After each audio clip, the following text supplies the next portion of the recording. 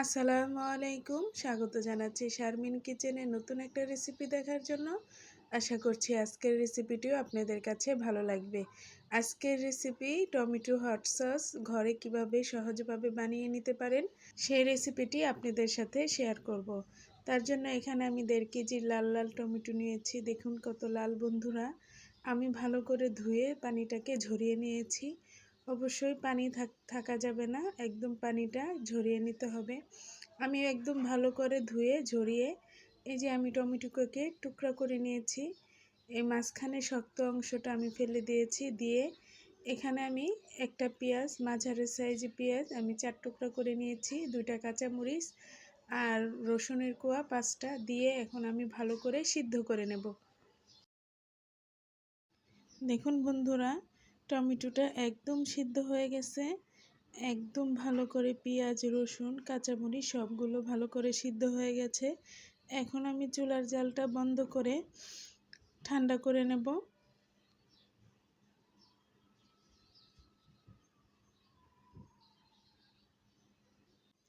এখন আমি ব্লেন্ড করে নেব।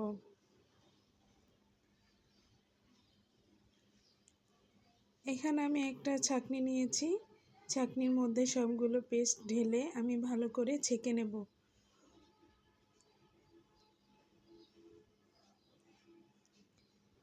এভাবে করে আমি সবগুলো ছেঁকে নিয়েছি।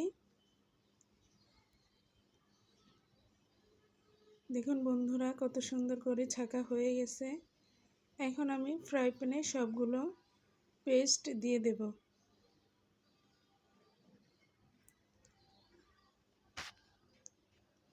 দিয়ে এর মধ্যে আমি 1 চামচ লবণ,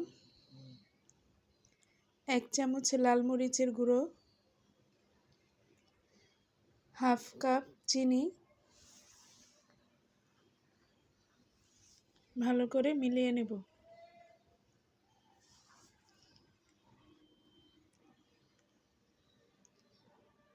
এখানে আমি একটা বাটি নিয়েছি। এর মধ্যে 2 টেবিল চামচ সাদা ভিনিগার, 2 চামচ কর্নফ্লাওয়ার দিয়ে আমি ভালো করে মিলিয়ে নেব।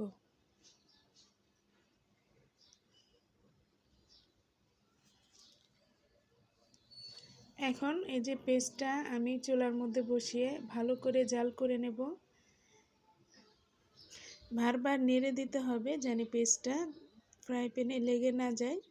যদি লেগে যায় তাহলে খেতে ভালো লাগবে না।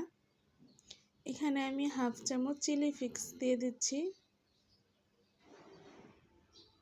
দিয়ে আবারও ভালো করে নেড়ে নিচ্ছি।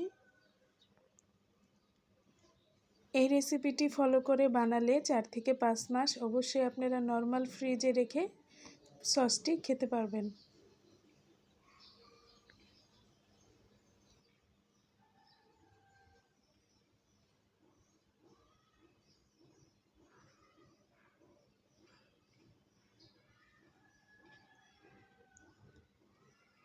মিলিয়ে রাখা ভিনিগার আর কর্নফ্লাওয়ার দিয়ে আমি ভালো করে মিলিয়ে নেব।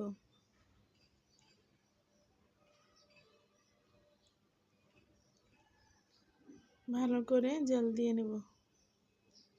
দেখুন বন্ধুরা, কালারটা কত সুন্দর এসেছে।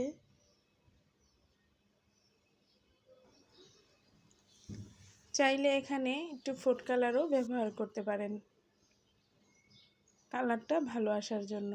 এখানে আমি একটা পিরিচ নিয়েছি, এর মধ্যে অল্প টমেটো সস নিয়ে আমি দেখতেছি আমার সসটা। দেখুন বন্ধুরা, যদি এভাবে পিরিচের সাথে লেগে থাকে তাহলে বুঝবেন যে আপনাদের সসটা পারফেক্টলি হয়ে গেছে।